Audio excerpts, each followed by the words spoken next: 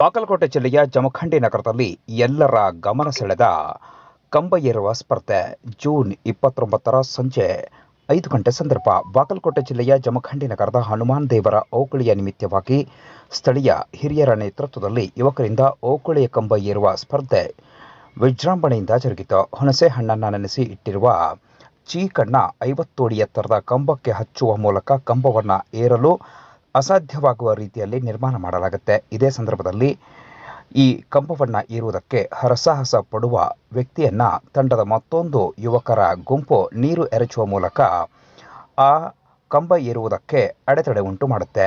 ಆ ವ್ಯಕ್ತಿಯನ್ನ ಕೆಳಗಡೆ ಇಳಿಸುವ ದೃಶ್ಯ ಎಲ್ಲರ ಗಮನ ಸೆಳೆಯುತ್ತೆ. ನೀರು ಎರಚುವ ತಂಡ ಲೆಕ್ಕಿಸದೆ ಕುಂಬಾರಕಲ್ಲಿ ಯುವಕರ ತಂಡದ ಪರವಾಗಿ ಉದಯ್ ಗಣಪತಿ ಕಡ್ಕೋಳ್ ಎನ್ನುವ ಯುವಕ 50 ಅಡಿ ಕಂಬ ಏರುವ ಮೂಲಕ ಯಶಸ್ವಿಯಾಗಿದ್ದಾರೆ. ನಂತರ ಹನುಮಾನ್ ದೇವಸ್ಥಾನ ಸಮಿತಿ ಮತ್ತು ನಗರದ ಹಿರಿಯರು ವಿಜೇತ ತಂಡವನ್ನು ಸನ್ಮಾನಿಸಿ ಗೌರವಿಸಿ ಅಭಿನಂದಿಸಿದ್ದಾರೆ. ಇನ್ನು ಬೆಳ್ಳಿಯ ಕಡೆಯನ್ನು ಬಹುಮಾನವಾಗಿ ನೀಡಿ ಆತನನ್ನು ಮೆರವಣಿಗೆ ಮಾಡಲಾಗಿದೆ. ಐತಿಹಾಸಿಕ ಓಕುಳಿ ಕಂಬ ಹತ್ತುವ ಸ್ಪರ್ಧೆಯನ್ನ ಜನತೆ ವೀಕ್ಷಿಸಿ ಸಂಭ್ರಮಿಸಿದರು. ಇನ್ನು ಜಮಖಂಡಿಯ ಮಾಜಿ ಶಾಸಕ ಆನಂದ್ ನ್ಯಾಮಗೌಡ ಅವರು ಸ್ಪರ್ಧೆಯನ್ನ ವೀಕ್ಷಣೆ ಮಾಡಿ ಚಪ್ಪಾಳೆ ತಟ್ಟಿ ಯುವಕರನ್ನ ಪ್ರೋತ್ಸಾಹಿಸಿದರು. ನಂತರ ನೆರೆದಿದ್ದ ಜನರಿಗೆ ಬಣ್ಣದ ನೀರು ಎರಚುವ ಮೂಲಕ ಓಕುಳಿ ಹಬ್ಬವನ್ನು ಸಂಭ್ರಮದಿಂದ ಆಚರಿಸಲಾಯಿತು. ಈ ಸಂದರ್ಭದಲ್ಲಿ ಯುವಕರು ಡಿಜೆ ಸೌಂಡ್ಗೆ ಕುಣಿದು ಕುಪ್ಪಳಿಸಿದರು.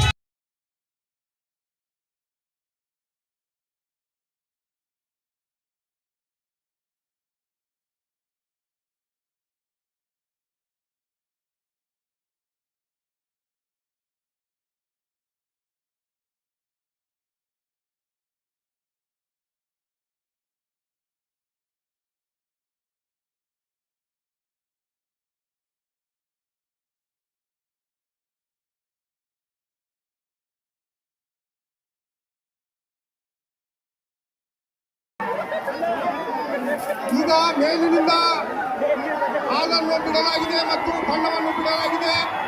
ಈಗ ವೇಗಕ್ಕೆ ಹತ್ತಲಿದ್ದಾರೆ ಕುಂಡಾರೋಣಿಯ ಅವರು. ಇದಾದ ನಂತರ ಇವತ್ತಿನ ಈ ಕಾರ್ಯಕ್ರಮ ಮುಗಿದ ನಂತರ ನಾಳೆ ಸರಿಯಾಗಿ 12 ಗಂಟೆಗೆ ಪೋಲೋ ಮೈದಾನದಲ್ಲಿ ತಾಲೂಕಾ ಕ್ರೀಡಾಂಗಣದಲ್ಲಿ ಕುಸ್ತಿಯನ್ನು ಏರ್ಪಡಿಸಲಾಗಿದೆ. ಭಾರಿ ಜಂಗೀನಿಕಾರಿ ಕುಸ್ತಿಗಳಿರುತ್ತವೆ. ಆದ ಕಾರಣ ಎಲ್ಲರೂ ಆ ಕುಸ್ತಿಯನ್ನು ನೋಡಲು ಪೋಲೋ ಮೈದಾನಕ್ಕೆ ಆಗಮಿಸಬೇಕು.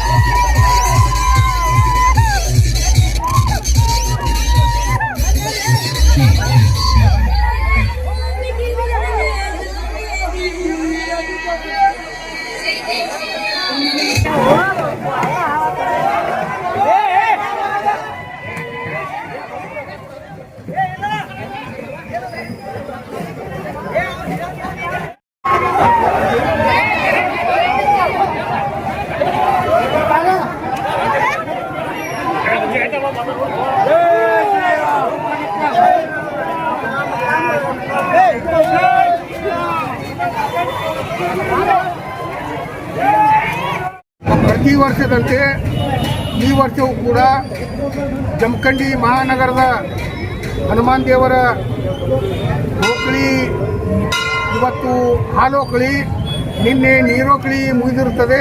ಆ ನೀರೋಕಳಿಯನ್ನು ಸಂಭ್ರಮವಾಗಿ ಆಚರಿಸಿ ಅದನ್ನು ಆನಂದವಂತದಿಂದ ಸವಿದು ಇವತ್ತು ಹಾಲೋಕಳಿಯನ್ನು ಏರ್ಪಡಿಸಲಾಗಿದ್ದು, ಆ ಹಾಲೋಕಳಿಯಲ್ಲಿ ಉದಯ್ ಗಣಪತಿ ಕಡ್ಕೋಳ್ ಇವರು ಕಂಬ ಹತ್ತಿ ಆಗಿದ್ದಾರೆ. ಅವರಿಗೆ ಕುಂಬಾರೋಣಿಯವರು ಅವರಿಗೆ ನಮ್ಮ ಕಮಿಟಿಯ ಪರವಾಗಿ ಅಭಿನಂದನೆಗಳನ್ನು ಸಲ್ಲಿಸುತ್ತೇನೆ.